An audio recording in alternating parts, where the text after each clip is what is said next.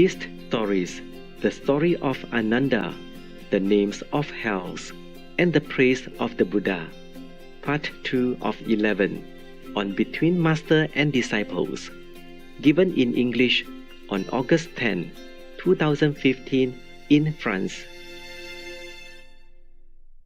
Tình sao như trói buộc, tình sao mà thanh thang, tình yêu là sỏi đá, tình yêu như lụa vàng. In the beginning of my mission, sometimes I rented the hotel with the presidential suite. I always complained. It's a 1 kilometer from the door all the way to the kitchen or to meet somebody, you know, and in the middle, big room with a long, forever table. You know. Presidential suite. And I travel, 1,000 miles and tired and jet lag already and have to walk like that. What is the good of that? Huh? It's crazy. All the ideas in this world are not always correct, okay? You don't honor me by giving me a presidential suit. Just make me more tired. Walk in and cannot even call the attendant. Hey, yo! So tired to walk. Come here, please. Can you hear me? Hello.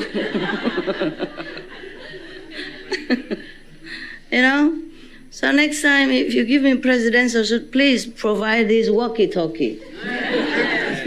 One for me and whoever attendant, I have to give one, okay? I'm not walking all the way to ask him, please tell me where is my shoes? Where is my toothbrush? Understand? Yeah. That's why the last lecture tour, I don't let anybody go near me. I take my own suitcase.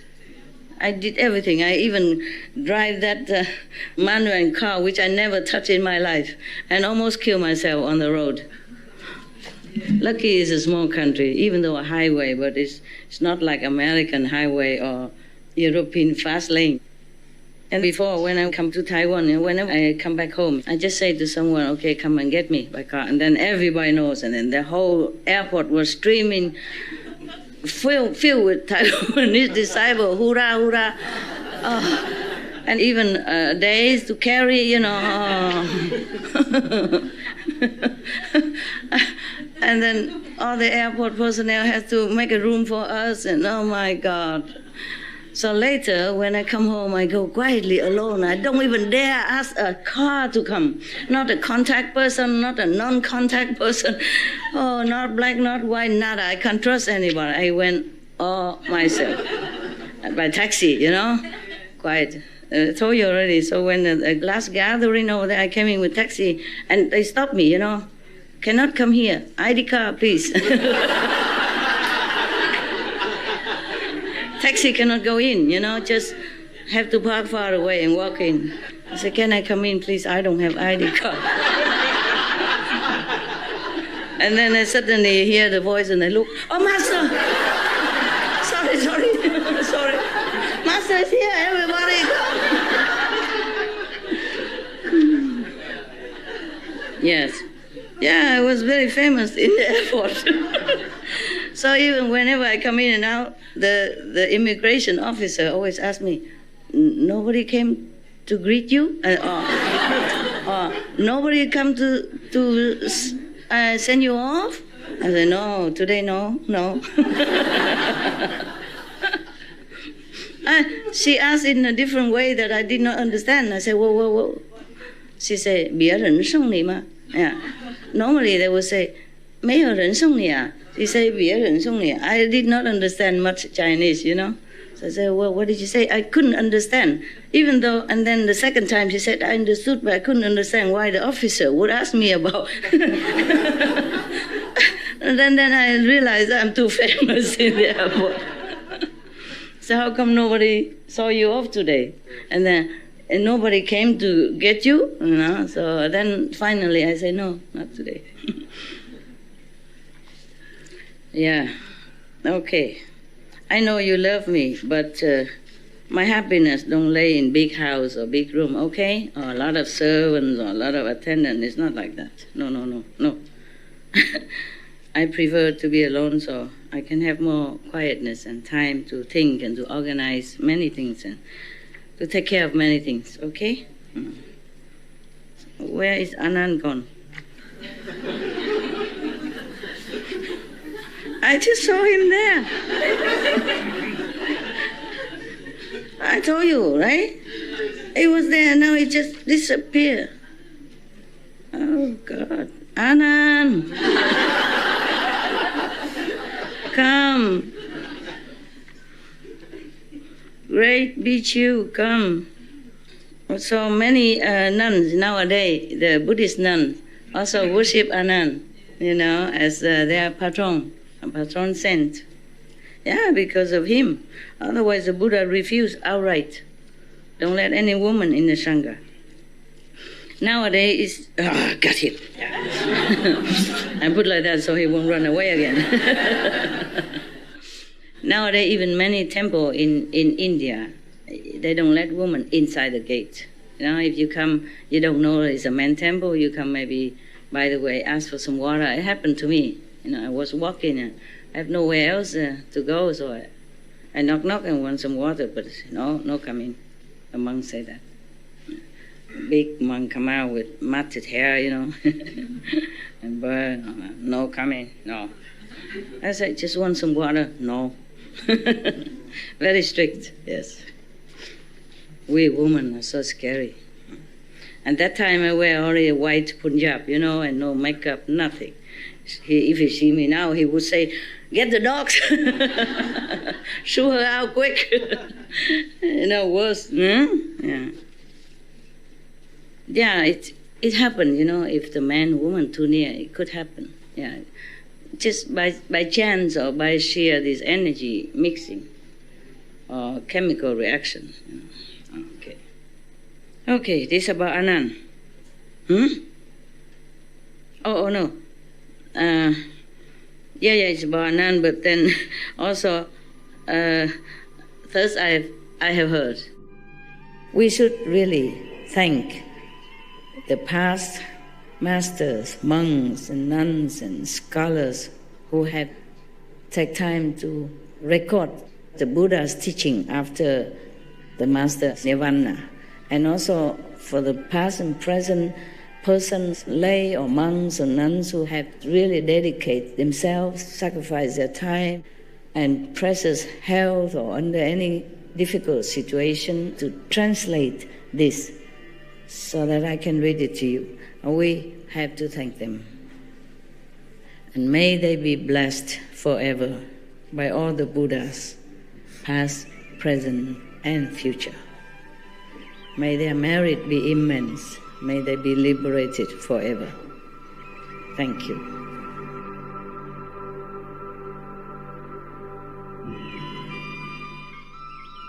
According to Buddhism and the believer and tradition, when you read sutra and all that, you have to put on incense, flower, and bow to the sutra first and thank all the Buddhas and Bodhisattvas in 10 directions, all respectfully, before you read it, okay? And then you cover the sutra also with silk or beautiful cloth, and I just make it more popular. Yeah, more easy, simple. And I apologize to all the Buddha. I say if I done something wrong, according to the tradition, my heart is full of respect. It's just that I cannot always do that. So please, all the sin, whatever I've done wrong, is all on me. At least other people, they hear the names of the Buddha, according to the sutta, they will get benefit. Yes.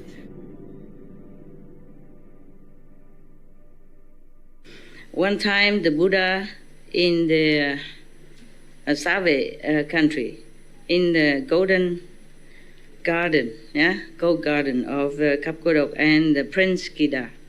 At that time, I was the most intelligent person. Oh, Anand, very humble indeed. He himself said that. At this period of time, I was the most intelligent person and have the most accurate memories. Yeah. Therefore, many bhikkhu was thinking to themselves, we don't know what did Anand do in the former lives that acquired so much merit? And then now he can even become the chief of the Sutra recollection group. Yeah. And then whatever the Buddha said or whatever he has heard, he remember everything, not even forgotten one sentence. So they thinking together thus, and they came up to the Buddha and say, pray to the world honor one. Anand Bhikkhu, in the former life, what has he done to earn so much merit that nowadays he could remember everything like this? Please tell us. So the Buddha say, excellent. I will tell you. This is long time ago. Long time ago. There was a bhikkhu who has adopted Sami. You know Sami in Sanskrit also? Okay. Meaning novice, you know, or novice monk, a young boy who came in and learning to be a monk. Every day he make him learn the sutra by heart, very diligently, on time, and never fail. Yeah. If this Sami recite the sutra, the teaching and all that according to the time schedule, then the bhikkhu very happy. Yeah. If not, then he is upset and sometimes reprimanded him, scolded him. Yes. Okay, because of that, this small Sami was kind of nervous all the time, a little scared. He's scared because if he eats well and full, then he has not enough time to recite the sutra, because he not only eat, he must probably have to go back in and come home and prepare for the master and do all kinds for the master also, you know. And then he saves some time for him to eat. If he eat well and good, then he has not enough time to do the schedule of reciting the sutra. Sutra means, you know, like Bible. And if he do it diligently, then he cannot eat. You know, eat only once a day. If you missed it, you can't eat again. Yeah. So whenever he went out for alms, you know, begging for food, if they have give him enough food, a lot, then he can come home earlier. Then he can do his schedule on time. Yeah. If not, then he cannot, or maybe less. Yeah. Sometimes he go out doesn't mean people give him food immediately. Sometimes have to go very far. Sometimes give not enough, and then the time he has to go back. Yeah, because they don't eat after lunch, afternoon. After the noontime, they don't eat anymore, the monks and nuns. Unless when they're sick or something, and they have special food together with the medicine, is allowed. Yeah. Until they get well, then have to go back to schedule. One day he went out, and that day not many people give him food. So he keep walking from one house to another until almost noon already, and still don't have enough food for both of them. And then he has to go home, but still late for reciting the sutra. Next day he was going out begging again, and then he was very, very sad. And he's walking and crying at the same time. And then one of the rich person in that region come and ask him, "Why are you crying, monk?" And then he said, "Sir, my master is too strict to me. Every day he make a schedule for me to recite all the Buddha Sutra. If I recite it on time and fulfill the schedule, then he's very happy and relaxed and relenting. If not, then he's very cranky, scolding me. Because going out for alms, meaning begging for food, going out for alms is not always precise. You cannot count the time. If someday, the people give a lot of food and and quick, then I go home early, of course. Then I can do it on time and fulfill the schedule. But some day they don't give, or give very little, then I have to go farther, and then when I come home it's late. I have no time to fulfill the schedule. So I'm very sad, that's why I'm crying. Young boys, of course, it's too harsh, too harsh, such a life. So think twice before you want to become monk, okay, huh? But even you become a monk here, this is not really a problem. It's just that you have to be sincere. Very difficult to find someone who really wants to be a monk and follow through with it, Yeah. It's very difficult to keep your ideal in time of test, yeah? There were some people a long time ago, they stay in the desert, and they eat just bread together, dry bread with the water, and they continue to stay. And they wrote a book about it. Yeah. So the rich, noble gentleman said, "Oh, so from today then, you just come to my house. We always have enough food. I will always give ample food for you and your master. So you never have to worry about food anymore. Then you can have time and concentration to recite the Buddha Sutra." Yeah. Wow, that's very nice. Yeah. So since then, he always go there and has everything he needs. And master and disciple, very, very heavy, heavy ending. And then the Buddha remind the assembly thus, "Bhikkhu, you should know, the master of the Sami at that time is the Buddha, a stable light, that's the name. And the Sami at that time is the past reincarnation of myself. Yeah. The noble gentleman offer food every day to the master and disciple, that was Anand. No wonder he remember everything. So life after life he has the DNA, good memory, That's why, no wonder. Okay.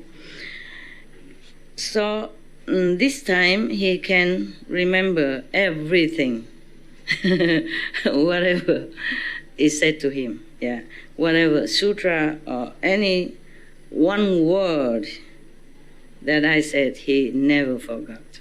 Yeah. All the bhikkhu, the monks have heard that. Everyone was so glad, happy, and inspired to recite the Buddha Sutra, and also wanting to offer, they love all that. And then they withdrew. Okay, that's good. Now you know our benefactor, why he is so good like that. Okay, huh?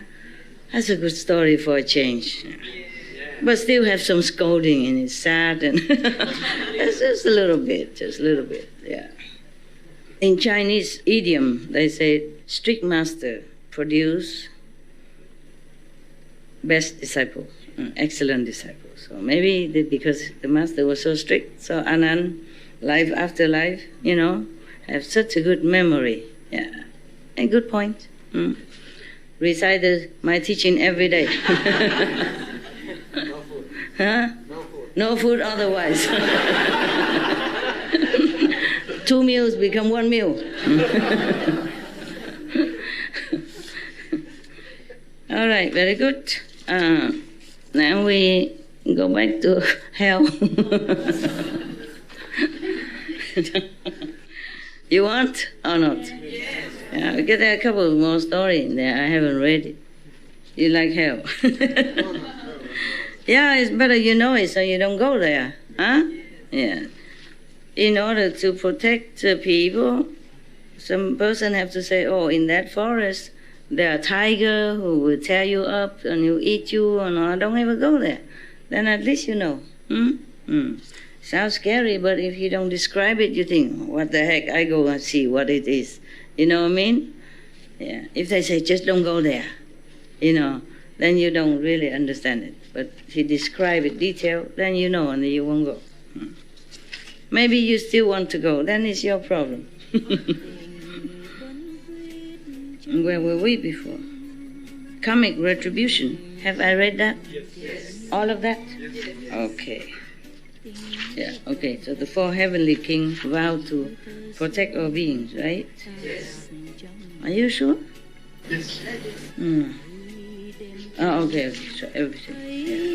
Bình minh quên sanh tử, quên chính mình, tình quân quyết trăm